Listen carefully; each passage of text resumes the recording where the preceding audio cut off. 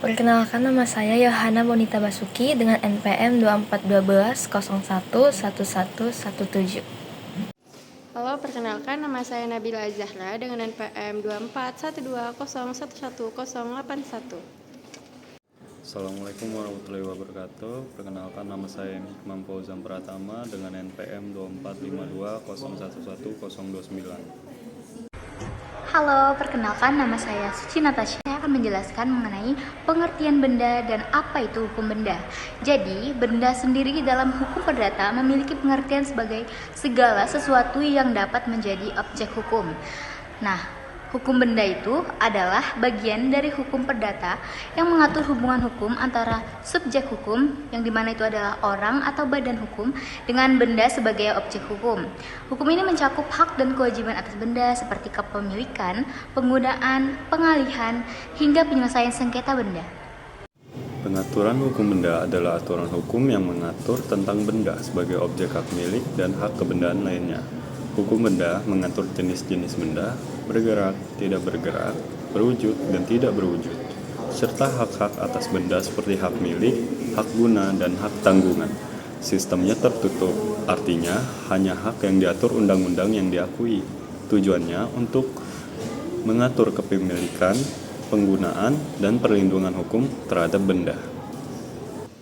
Perbedaan macam-macam hukum benda dapat diidentifikasikan berdasarkan klasifikasi benda dalam hukum perdata yang mengatur hak-hak atas benda. Berikut adalah klasifikasi utama dan perbedaan macam-macam benda menurut hukum benda. Yang pertama ada benda yang dapat diganti dan tidak dapat diganti. Contoh yang dapat diganti adalah uang, dan contoh yang tidak dapat diganti adalah seekor kuda. Yang kedua ada benda yang dapat diperdagangkan dan tidak dapat diperdagangkan. Contoh yang bisa diperdagangkan itu adalah barang dagangan, dan yang tidak dapat diperdagangkan adalah contohnya seperti jalan umum. Nah, yang ketiga ada benda yang dapat dibagi dan tidak dapat dibagi. Contoh yang dapat dibagi adalah beras, dan yang tidak dapat dibagi adalah seperti tadi, seperti seekor kuda. Nah, yang keempat ada benda bergerak dan benda tidak bergerak. Yang dimana benda bergerak adalah benda yang dapat dipindahkan seperti kendaraan dan surat berharga. Nah, kalau misalkan yang benda tidak bergerak adalah benda yang tidak dapat dipindahkan seperti tanah atau juga bangunan. Nah, yang kelima ada benda berwujud dan tidak berwujud. Kalau benda berwujud ini dapat diraba dan dilihat, sedangkan benda yang tidak berwujud adalah hak-hak kebendaan seperti hak paten atau hak cipta.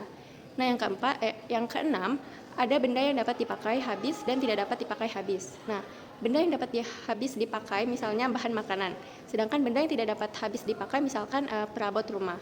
Nah, yang ketujuh ada benda yang sudah ada dan benda yang akan ada. Benda yang sudah ada secara fisik dan benda yang masih akan ada di masa depan. Nah, semua ini penting karena menentukan bagaimana hak atas benda tersebut diatur dan diperlakukan dalam hukum. Sistem hukum benda bersifat tertutup, artinya hak kebendaan hanya dapat dibuat sesuai ketentuan undang-undang yang ada.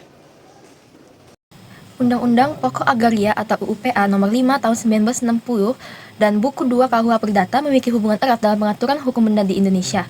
Lalu, UUPA Nomor 5 Tahun 1960 adalah undang-undang yang mengatur pokok-pokok agraria di Indonesia dengan tujuan yaitu unifikasi hukum agraria, yaitu mengakhiri dualisme hukum agraria antara hukum adat dan hukum kolonial Belanda, lalu keadilan sosial yang memberikan perlindungan terhadap hak rakyat atas tanah serta memastikan pemanfaatan tanah untuk kepentingan masyarakat luas. Kemudian ada kedaulatan nasional, yaitu menegaskan bahwa bumi air kekayaan alam yang terkandung dalamnya dikuasai oleh negara untuk kemakmuran rakyat. UUPA mencabut sebagian besar ketentuan dalam buku 2 KUH Perdata yang mengatur tentang tanah. UUPA juga memperkenalkan hak-hak atas tanah yang sesuai dengan hukum adat seperti hak milik, hak guna usaha, hak guna bangunan, dan hak pakai. Lalu ada buku 2 KUH Perdata yang mengatur hukum benda termasuk hak milik, hak benda lainnya. Setelah UUPA berlaku, sebagian besar ketentuan dalam buku 2 KUH Perdata yang berkaitan dengan tanah tidak lagi berlaku. Namun, pasal yang mengatur benda bergerak, hak waris, gada, dan piutang yang diistimewakan tetap berlaku. Lalu adanya perbedaan utama antara UUPA dengan buku 2 KUH Perdata, yaitu UUPA berfokus pada pengaturan tanah dan sumber daya alam dengan pendekatan nasional dan sosial, lalu buku 2 KUH Perdata lebih luas cakupannya yang mengatur tentang benda yang bergerak dan tidak bergerak. Me cuesta trabajo entender